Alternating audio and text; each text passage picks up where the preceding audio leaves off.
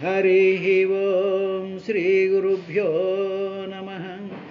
सदाशिवसमारम्भां व्यासशङ्करमध्यमाम् अस्मदाचार्यपर्यन्तां नमो वन्दे गुरुपरम्परां। గురువులు ప్రియ శిష్యులకున్ పరమ రహస్యములు తెలియ పలుకుదురు. అచల స్థిర కళ్యాణం వెయ్యది పురుషులకు నిశ్చయించి బోధింపతగన్. సమతం తొల్లి పురాణ పంక్తులితిహాస శ్రేణులం ధర్మశాస్త్రములన్ నీవు పఠించి చెప్పితివి. వేదవ్యాసముఖ్యుల్ మునుల్ సుమతుల్ సూచినవెన్ని అన్నియును తోచున్నీమదెన్. తత్ప్రసాదమునంజేసి ఎరుంగనెత్తువు సమస్తంబున్ బుధేంద్రోత్తమా అని ఆ తపసులిట్ల నిరివినీతిం. విజ్ఞాన ఫణిత నిఖిల పురాణం వ్రాతున్ నుతహరి గుణసంఘాతుం సూతుం నితాంత కరుణోపేతుం. ధాతవు పుణ్యకీర్తనుడైన భువనేషు చరితంబు బ్రహ్మతుల్యంబైన భాగవతము. సకల పురాణ రజము తొల్లి లోకభద్రముగ ధన్యముగ మోదముగ ప్రీతి. భగవంతుడగు వ్యాస భట్టారకుడనర్చే సుకుడని ఎడుతన సుతిని చేత చదివించే. ఇంతయు సకల వేదేతిహాసముల లోపల నెల్ల సరమైన ఈ పురాణమెల్ల నెలమి ఆ సుఖయోగి. గంగ నడుమ వచ్చి ఘన విరక్తి యదవి మునులతోడనుపవిష్ఠుడగు పరీక్షిన్ నరేంద్రుండొడుగగా చెప్పె వినుడు. ఇంచుకమయలేకమదినన్నడువాయని భక్తితోడ వర్తించుచు ఎవ్వడేని. హరిదివ్య పదాంబుజ గంధరాశి సేవించున తండెరుంగు అరవింద భవాద్దులకైన. దుర్లభోదంచితమైన హరి ఉదార మహాద్భుత కర్మ మార్గముల్. ధాతవు భారత శృతి విధాతవు వేద పదార్థ జాత విజ్ఞాతవు. కామముఖ్య రిపు షట్క విజేతవు బ్రహ్మతత్వ నిర్ణేతవు.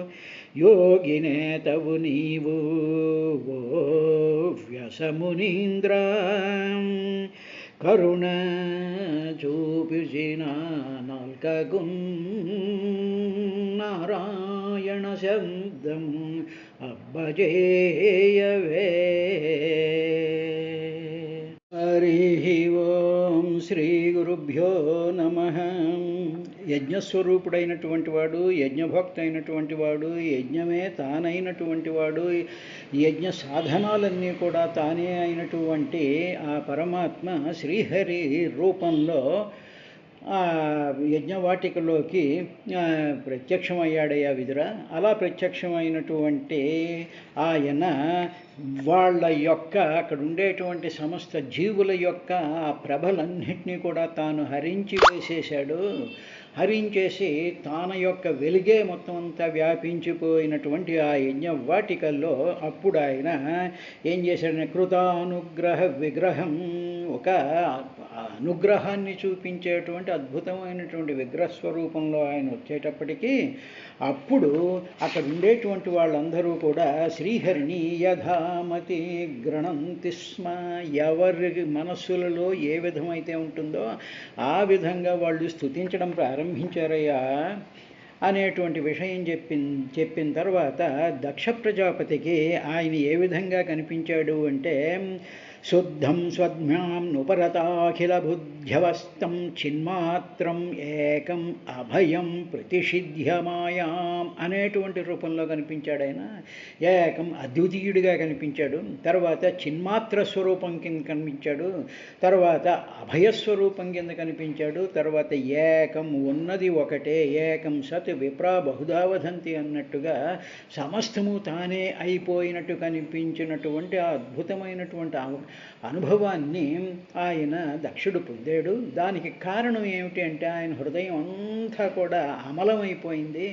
ఏ విధమైనటువంటి దోషము లేనటువంటి పరిస్థితుడు శివుడు ఆయన హృదయంలోకి చూసి అనుగ్రహించిన మూలాన్న ఆ సమస్తానికి గురువైనటువంటి వాడు శంకరుడు. అందుకనే శంకరుణ్ణి ఆది గురువు అంటారు. కాబట్టి ఆ ఆది గురువు అయినటువంటి శంకరుడి యొక్క కృప ఉన్నప్పుడు సాధకుల యొక్క మనసులు అమలమైపోయిన తరువాత అప్పుడు వీళ్ళకి ఈ చూసేటువంటి వాళ్ళందరికీ కూడా ఆత్మచైతన్య ప్రకాశ స్వరూపం కనిపించింది. కాబట్టి దక్షుడు ఆ విధంగా చేశాడు.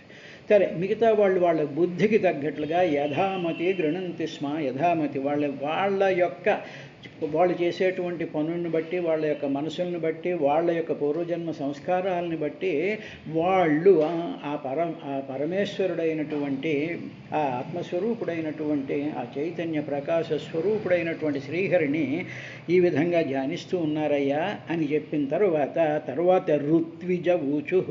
అక్కడ ఉండేటువంటి ఋత్వికులు ఉన్నారుగా, అంటే ఈ యాగాలు హోమాలు వీళ్ళు చేయించేటువంటి ఆ చతుర్వేద పాండిత్యం కలిగినటువంటి వాళ్ళందరూ కూడా అక్కడ ఉన్నారుగా, వాళ్ళందరూ కూడా ఊచుహు వాళ్ళు ఈ విధంగా ఆయన్ని ప్రార్థించారయ్యా. తత్వం నతే వయమనంజన రుద్రపాశాత్ కర్మణ్యవగ్రహధియో భగవన్ విదామః ధర్మోపలక్షణమిదం త్రివృదధ్వరాఖ్యం జ్ఞాతం యదర్థమధిదైవమదో వ్యవస్థాః అని వీళ్ళు ఋత్విక్కులు. కాబట్టి ఈ ఋత్విక్కులు వాళ్ళకి ఆయన ఏ విధంగా కనిపించాడు అంటే, స్వామి నీవు అధ్వర ఆఖ్యం యజ్ఞము అనేటువంటి యజ్ఞము అని పిలువబడేటువంటిగా ఇదం జ్ఞాతం నీ రూపం కనిపిస్తోంది మాకు అన్నాడు.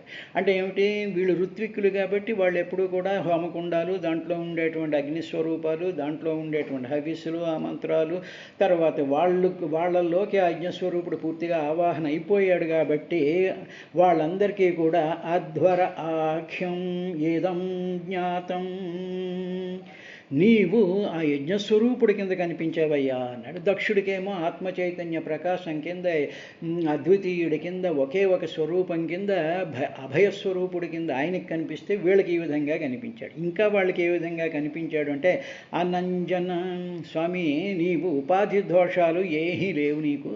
అంటే ఏ విధమైన ఉపాధి అంటే ఇప్పుడు మన శరీరం మనకు ఉపాధి, అదేవిధంగా ఏ జీవికి ఆ శరీరం ఉపాధి. కానీ స్వామి నీకు ఏ ఉపాధులు లేవు. అనంజన నీకు ఏ ఉపాధులు లేవు, కానీ నువ్వేమి అంటావు నీకు.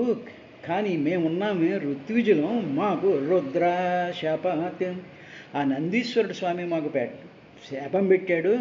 శాపం పెట్టేటప్పటికీ ఆ శాపవశాత్తు మాకు ఏమైందంటే, ఆ పెట్టినటువంటి శాపం వల్ల కర్మణి అవగ్రహ ధియ వయం తత్వం న విదామః. ఆ నందీశ్వరుడు మాకు ఈ దక్షుడికి ఆత్మచైతన్య స్వరూపం యొక్క అనుభవం వచ్చినట్టుగా మాకు అది రావటం లేదు. కారణం ఏంటంటే, రుద్రశాపాత్ కర్మణి అవగ్రహ ధియ వయం మే తే తత్వం న విదామః.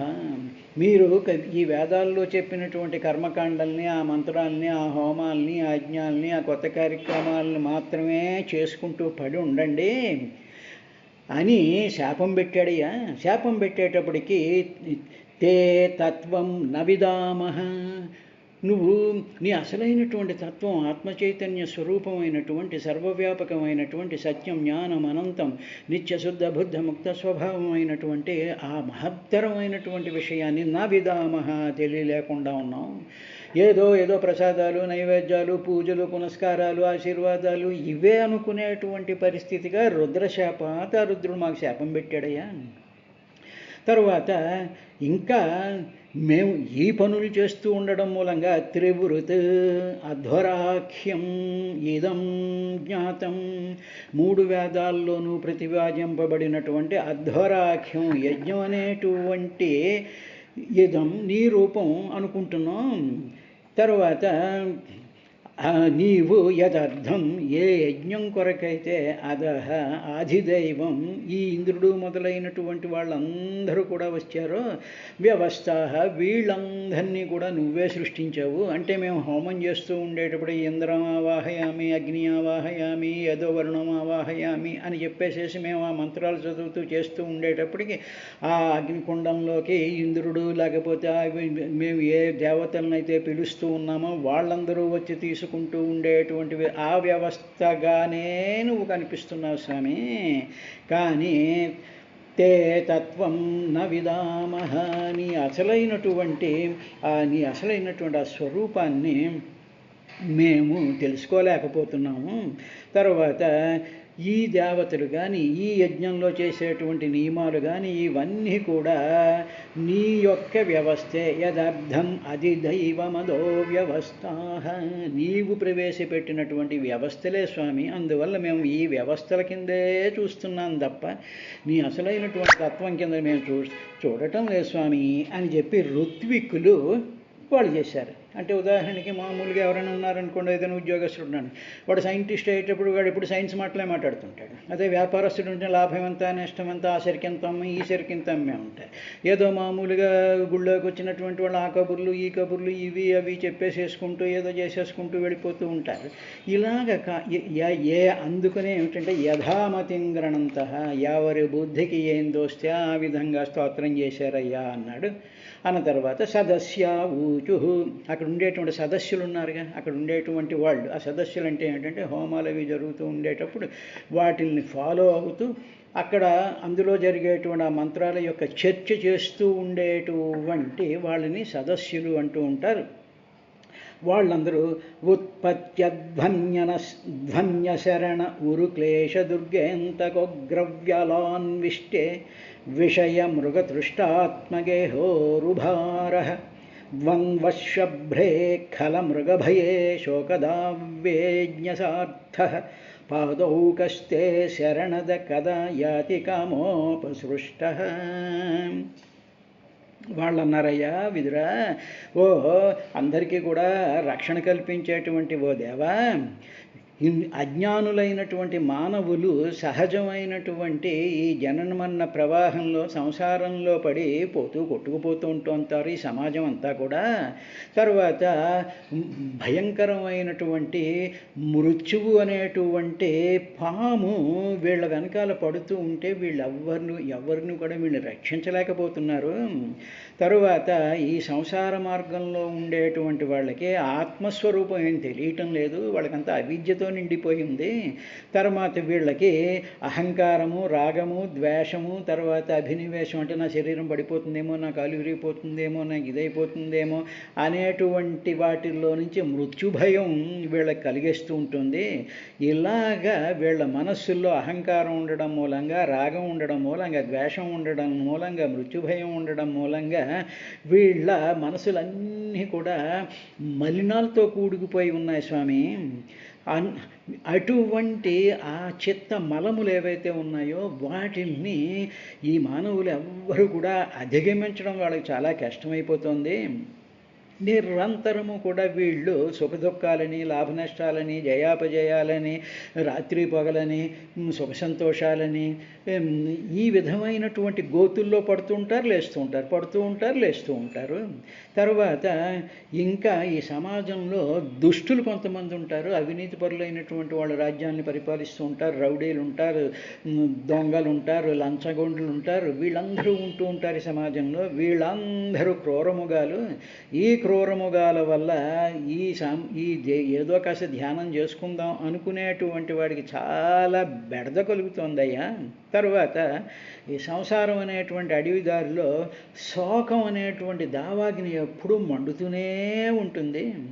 అంటే ఎప్పుడు కూడా సంసారం అది చేయాలి, ఇది చేయాలి, ఆ పని చేయాలి, ఈ పని చేయాలి, అది సరిగ్గా చేయలేకపోయి ఒంట్లో బాగోలేదని ఇదని అదని ఏదో ఒక రకమైనటువంటి మంట కలుగుతూనే ఉంటుంది. తర్వాత ఇంతేకాదు ఈ మానవుడు ఈ లోపల ఉండేటువంటి జీవుడు ఏం చేస్తుంటాడంటే శరీరం అనేటువంటి ఒక బరువుని మోస్తూ ఉంటాడు.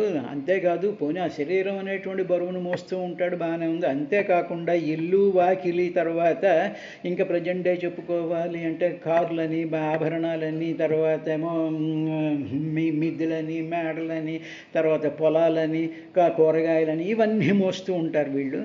ఇలాగా మోసుకుంటూ ఇవన్నీ మోస్తూ విషయ సుఖాలు వీటన్నిటిలోనూ కూడా ఇంద్రియ భోగాలు అనుభవించేయాలి అని ఎండమావుల వంటి వీటిని వెనకాల పడిపోతూ ఉంటారయ్యా. కాబట్టి వీళ్ళందరినీ కూడా ఈ కోరికలన్నీ కూడా ఏం చేస్తూ ఉంటాయి, పరవశం చేసేస్తూ ఉంటాయి. అబ్బా అక్కడికి వెళ్ళి అక్కడ కూర్చొని హాయిగా ఇలాగ చూసేస్తూ ఆ కబుర్లు చెప్పేసుకుంటూ ఉంటే వాళ్ళ యొక్క పరుల యొక్క మాటల్లో, పరుల యొక్క చేష్టల్లో, పరుల యొక్క అందాల్లోనూ వికారాల్లోనూ కూడా పరుల యొక్క వశమైపోతారు. పరవశం అంటే ఆనందంతో మురిసిపోవడం కాదు, భగవంతుని చూసి పరవశత్వం చెందడం వేరు. పరుల యొక్క కార్యక్రమాలు, పరుల యొక్క ఆకారాలు, పరుల యొక్క ఆభరణాలు, పరుల యొక్క చీరలు, పరుల యొక్క మాటలకి అలాగా పరులకు వశమైపోతూ ఉంటారు వీళ్ళందరూ. కానీ నీ పాదాలని పట్టుకుంటే మాత్రం వెంటనే వాళ్ళకి రక్షణ కలుగుతుందయ్యా. కానీ స్వామి వాళ్ళు ఆ పని ఎప్పుడు చేస్తారో కదా అని చెప్పి ఈ సదస్సులందరూ కూడా కనిపించినటువంటి శ్రీ మహావిష్ణువుకి వాళ్ళ ప్రాబ్లం అంతటిని కూడా సమాజం తరపున వాళ్ళ ప్రాబ్లంని ప్రజెంట్ చేశారు. ఏమన్నారంటే ఉత్పత్త్యధ్వన్య శరణ ఉరుక్లేశ దుర్గేంతకోగ్రవ్యలాన్విష్టే విషయ మృగతృష్టాత్మగేహోరుభార ద్వంద్వశభ్రే ఖల మృగభయే శోకదావేజ్ఞసార్థ పాదౌ కష్టే శరణద కదా యాతి కామోపస్పృష్ట. శరణిచ్చేటువంటి వాడా అశరణే ఈ సమాజంలో ఉండేటువంటి వాళ్ళు ఎవరికి రక్షణ కల్పించేటువంటి వాడు ఉన్నాడయ్యా. వీళ్ళందరూ ఏంటంటే ఊరు క్లేశ దుర్గే 5 రకాలైనటువంటి మనసుని మలినం చేసేటువంటి స్థానాలు ఉన్నాయి వీళ్ళందరికీ.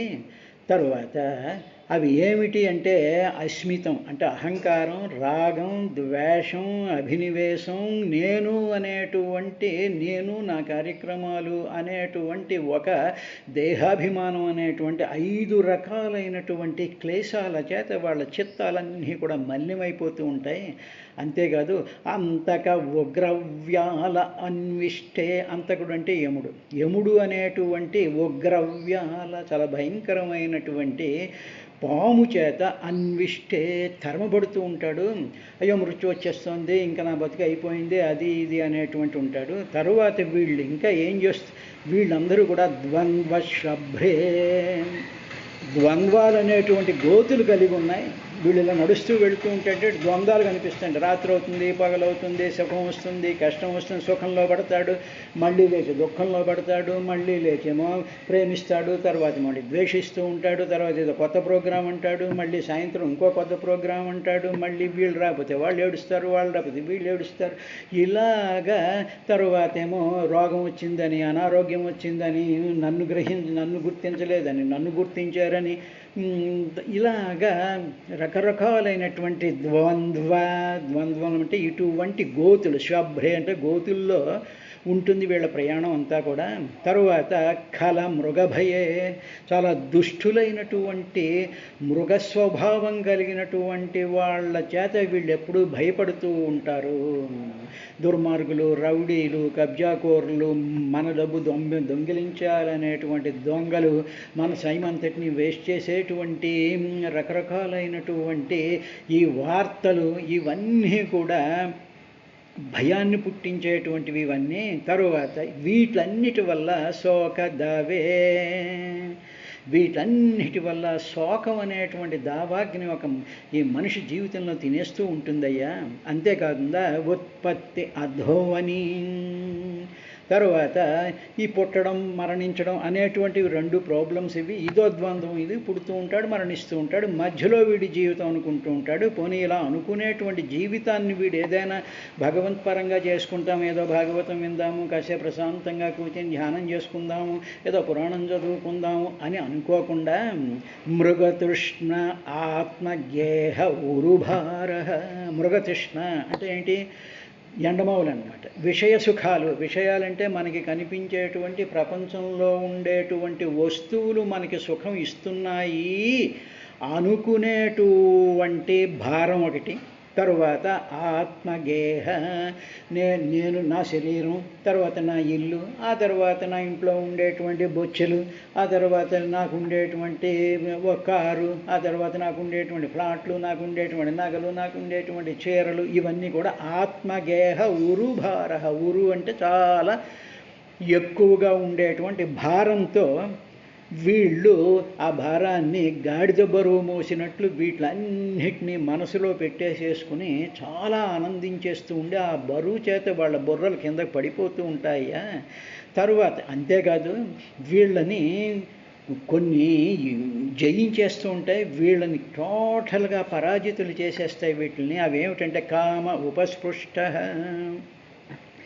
ఈ కామాలు, కోరికలు, రకరకాలైనటువంటి కోరికల చేత వీళ్ళు ఎప్పుడు కూడా చావగొట్టబడుతూ ఉంటారు. ప్రతిదీ కోరిక, అది కొనుక్కోవాలి, ఇది కొనుక్కోవాలి, అది చేయాలి, ఇది చేయాలి, ఇలా ఉండాలి, అలా ఉండాలి, ఇవి తినాలి, అవి తినాలి అనేటువంటి కామ ఉపసృష్ట. కామల చేత ఉపసృష్ట అంటే ఓడించబడిపోతారు. వీడు ఏమనుకుంటాడు? నా కోరిక తీరింది అనుకుంటాడు, కానీ కోరిక తీరడం కాదు అక్కడ జరుగుతుంది.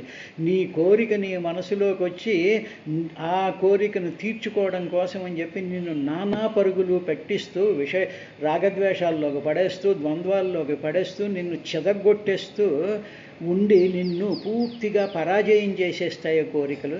అవన్నీ నువ్వేమో వాటిని జయించేవు అనుకుని నువ్వు చాలా భ్రమపడుతూ ఉండేటువంటి విషయంగా ఉంటారమ్మా స్వామి. వీళ్ళందరూ కూడా అజ్ఞసార్థ. ఇటువంటి అజ్ఞానులు దండులు, ఇవి గుంపులు కింద వెళ్ళిపోతూ ఉంటారు. ఎక్కడికైనా సరే వెళ్ళిపోయి అక్కడ కోరికలు తీర్చేసుకోవాలి, కబుర్లు చెప్పేసుకోవాలి, ఫోటోలు తీసేసుకోవాలి, ఏదో గందరగోళాలు చేసేసుకోవాలని చెప్పి గుంపులు కింద అజ్ఞసార్థ అంటే, సార్థ అంటే దండులు గుంపులుగా వెళ్ళిపోతూ ఉంటారు. కానీ వాళ్ళు ఎప్పుడూ కూడా తే పాదవోక కదాయాతి.